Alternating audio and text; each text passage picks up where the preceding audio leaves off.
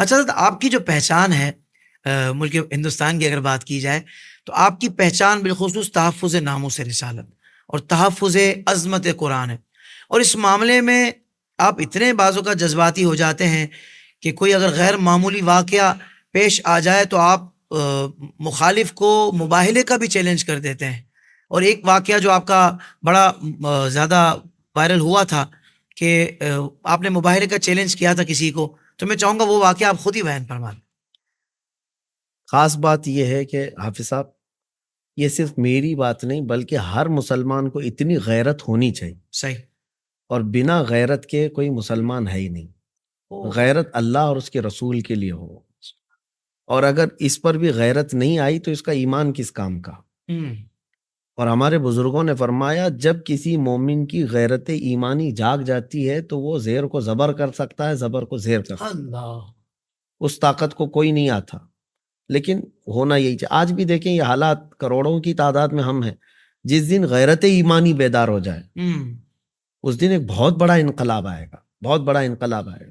آپ جو پوچھ رہے ہیں، میں آپ کے اس پلیٹ فارم سے سارے لوگوں کو اس بات کی آگاہی دینا چاہتا ہوں کہ گستاخیاں جب بھی ہوں، جہاں بھی ہوں، یہ کسی ایک ملک کے ساتھ خاص نہیں. مومن ہے تو پھر اس کی غیرت جاگ جائے، بیدار ہو جائے کہ میرے کان یہ چیزیں سننے کے لیے نہیں.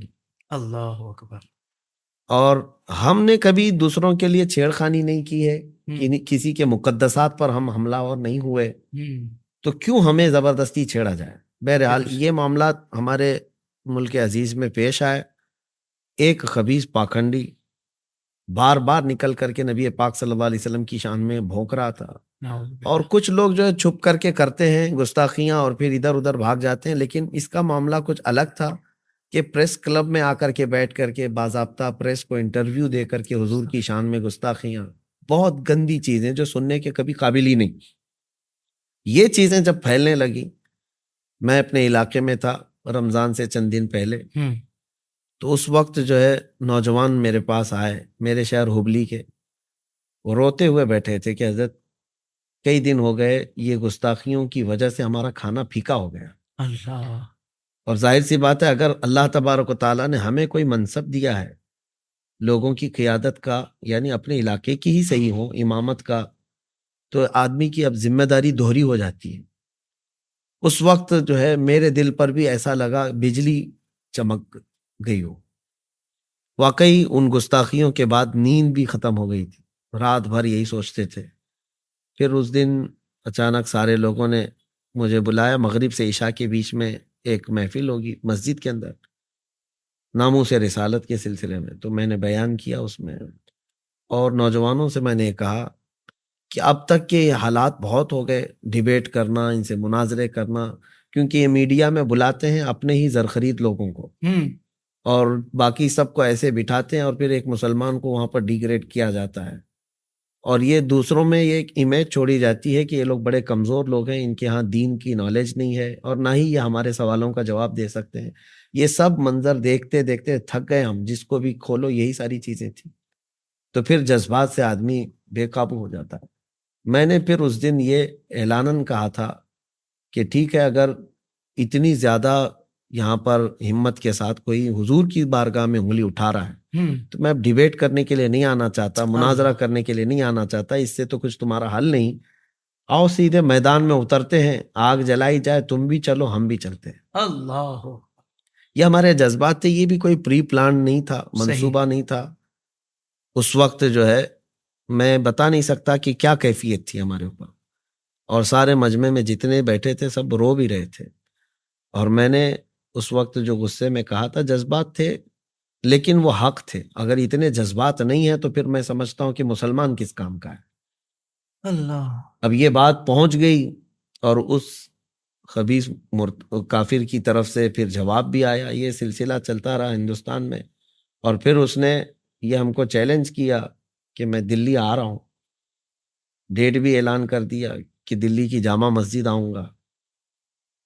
تو اس طرح کے بہت سارے لوگ ادھر ادھر بیٹھ کر کے بھوکتے ہیں.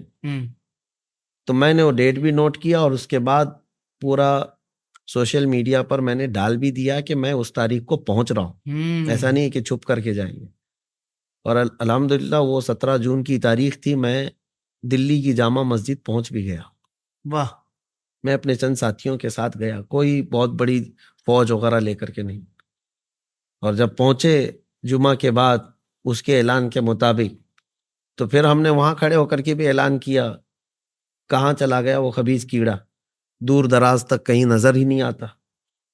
بلکہ ہم نے کہا کہ حضور پاک صلی اللہ علیہ وسلم کی عظمت کے لیے تم کیا تمہاری 7 نسلوں تک اس چیز کے لیے کھڑے نہیں ہو سکتے اللہ. کہ میرے آقا صلی اللہ تعالیٰ علیہ وسلم کی عزت کی طرف انگلی اٹھاؤ. وہ کہتا تھا کہ میں حقیقت بتاؤں گا، سچائی بتاؤں گا، نہیں آ سکا. تو یہ معاملات جو ہوئے تھے، میں یہ بتانا چاہتا ہوں کہ ہمیشہ اس بات کا ہمارے نوجوانوں کو بھی خیال رکھنا چاہیے کہ میرا دین سچا ہے، میرے نبی پاک صلی اللہ تعالیٰ علیہ وسلم کے اخلاق سب سے عالی ہیں. سبحان اللہ. تو پھر خوف کس بات کا، ڈر کس بات کا؟ واہ. خوف نہ رکھ رضا ذرا، تو ہے عبد مصطفیٰ، واہ. تیرے لیے امان ہے، تیرے لیے امان ہے. اللہ. تھریٹس ملی ہوں گی آپ کو، اس پر دھمکیاں ملی ہوں گی؟ یہ ساری چیزیں تو چلتی رہیں، بلکہ ہمارے اوپر کافی ایپیسوڈ بھی بنائے گئے. اچھا. ہم کو یہ کہا بھی گیا کہ یہ ہندوستان کا سب سے بڑا آتنکوادی کھلے عام گھوم رہا ہے، فلاں ہے، چینلز میں کہے جا رہے تھے. ہمیں اس کی پرواہ نہیں، کیونکہ ہم کسی سے اپنے دین کی، اپنے ایمان کی اور اپنے سچے ہونے کی سرٹیفکیٹ لینا نہیں چاہتے. میرا رب راضی ہے، رسول راضی ہے، کافی ہے. سبحان اللہ. تو حضرت بالخصوص ہندوستان کی اگر بات کی جائے تو شاعر اسلام کے تحفظ کے لیے، یعنی شاعر اسلام کے تحفظ کو یقینی بنانے کے لیے ایک مسلمان کی کیا ذمہ داری ہے، انفرادی طور پر بھی اور اجتماعی طور پر بھی؟ میں چاہتا ہوں کہ ضرور اس پر کلام فرمائیں. دیکھیں، صرف ہمارے اس ہندوستان کی ہی خصوصیت نہیں، پورے عالم اسلام کی بات میں کر رہا ہوں. بالکل ٹھیک. ناموس رسالت کا جو مسئلہ ہے، حضور پاک صلی اللہ تعالیٰ علیہ وسلم کی عزت کی حفاظت، اب ہر جگہ میں دیکھ رہا ہوں نوجوانوں میں بیداری تو آئی ہے اور نعرے بھی لگاتے ہیں، جذباتی بھی ہوتے ہیں، حضور کے نام پر محبت ہے، سب سیکھیں. لیکن آپ جو کہہ رہے ہیں شعائر اسلام، یعنی خود میرے آقا صلی اللہ علیہ وسلم کی سنتوں کی حفاظت. اب میں ہر جگہ کی بات یہ کہنا چاہتا ہوں، صرف ہندوستان کی نہیں. صحیح. حفاظت جب تک نوجوان عملی میدان میں خود نہیں آنا چاہے گا، کیسے حفاظت ہوگی؟ تم کسی جلسے میں بیٹھ کر کے نعرے لگا کر کے یہ کہو کہ جو جان مانگے تو جان دے دیں، جو مال مانگو تو مال دے دیں. یہ سب چیزیں تمہاری قربانیاں ٹھیک ہیں، تمہارے جذبات ٹھیک ہیں، لیکن حفاظت جو ہے شاعر اسلام کی تمہارے عمل سے ہوگی. سبحان اللہ. سبحان اللہ. مسجدیں جو ہے صرف اذان دینے سے محفوظ نہیں ہیں، بلکہ اس میں نماز بھی پڑھی جانی چاہیے. پریکٹیکل ہونا پڑے گا. پریکٹیکل ہونا پڑے گا. آپ حضور کی عزت کی بات کرتے ہیں، نوجوانوں سے میں کہتا ہوں پھر حضور کے اخلاق کیوں نہیں اپنا لیتے؟ اللہ. حضور کی سنتوں پر کیوں نہیں آتے؟ کیا خوبصورت بات ہے، کیا خوبصورت بات. حضور پاک صلی اللہ تعالیٰ علیہ وسلم کی بارگاہ میں آپ کا عقیدہ بھی یہ ہے کہ حضور کا چہرہ سب سے حسین و جمیل ہے. سبحان اللہ. تو جب حضور کو سب سے زیادہ حسین و جمیل مانتے ہو آپ، تو حضور پاک صلی اللہ تعالی وسلم کی سنت مبارکہ کو کیوں نکال دیتے ہو؟ اللہ اکبر. سب سے حسین چہرہ وہ ہے. یعنی مخالف حضرت یہ دیکھ رہے ہیں کہ سامنے کی طرف صرف دعوے ہیں، عمل نظر نہیں آتا. یہی وجہ ہے، ہماری کمزوری یہی ہے. اور پھر ہمارے درمیان یہ باضابطہ پلاننگ کے ساتھ کیا گیا ہے، برسوں اس پر محنت کی ہے مخالفین اسلام نے کہ اسلامی نوجوانوں کو توڑنے کے لیے ان کو عیاشیاں دے دی جائیں. ہم دیکھ رہے ہیں عرب ملکوں میں تو ایسا ہو چکا ہے. ان کے حالات دیکھ کر کے بڑا افسوس بھی ہوتا ہے کہ ان کے یہاں پورا اتنا ماڈرنزم ہے کہ یہ پورے کے پورے امریکہ کے پیچھے، یو کے ان کلچر کو اپنانے میں فخر محسوس کرتے ہیں، جبکہ ہمارے لیے عزت رسول پاک صلی اللہ علیہ وسلم کے قدموں میں ہے. سبحان اللہ. سبحان اللہ. چاہے حضور پاک صلی اللہ تعالیٰ علیہ وسلم کے غلام کسی بھی زمانے میں ہوں، چاہے ترقی جتنی بھی ہو جائے، ہماری عزت حضور کے قدموں میں ہے. سبحان اللہ. سبحان اللہ. یہی ہمارے اسلاف نے، ہمارے اکابرین نے ہم کو تعلیم بھی دی ہے. صحابہ بھی اسی بات میں عزت ڈھونڈتے تھے. حضرت عمر کا یہ فرمان کہ مجھے میرے باپ کے نام سے لوگ نہیں پہچانتے، میں خطاب کا بیٹا ہوں جس کو بچپن میں 2 بکریاں سنبھالنی نہیں آتی، لیکن آج 36 لاکھ اسکوائر کلومیٹر پر تنہا عمر کی نگرانی ہے. اس لیے نہیں کہ خطاب کا بیٹا عمر ہے، اس لیے کہ محمد عربی صلی اللہ علیہ وسلم کا غلام عمر ہے. اللہ اکبر. سبحان اللہ. تو یہ ہماری جو زندگیاں ہیں اگر حضور پاک کے نقش قدم پر نہیں آئیں گی، اور پھر آپ کتنے بھی نعرے لگاؤ، اس سے کیا حاصل ہے؟ تو مطلب یہ ہوا حضرت کہ ساری دنیا میں جہاں بھی لوگ اسلامی شاعر کا تحفظ چاہتے ہیں تو سب سے پہلے وہ اپنے گریبان میں دیکھیں، اپنی ذات کو دیکھیں اور یہ غور کریں کہ وہ کتنا حضور کی سنتوں پر عمل کرنے والے ہیں، بالکل حضور کی سیرت طیبہ کے مطابق اپنی زندگی گزار رہے ہیں، بالکل یعنی پریکٹسنگ مسلم بننا ہوگا۔ بالکل اس کے بننا بعد ہی آپ یوں سمجھ لیں کہ ان کو پہلا جواب تو یہ دیا جائے۔ آئیڈینٹی جو ہے اپنی جی۔ برقرار رکھنی بہت ضروری ہے۔ واہ واہ۔ ہماری شناخت کو غیروں نے چھین لیا، ہم، اب نوجوانوں کی پہچان بھی ختم کر دی گئی ہے۔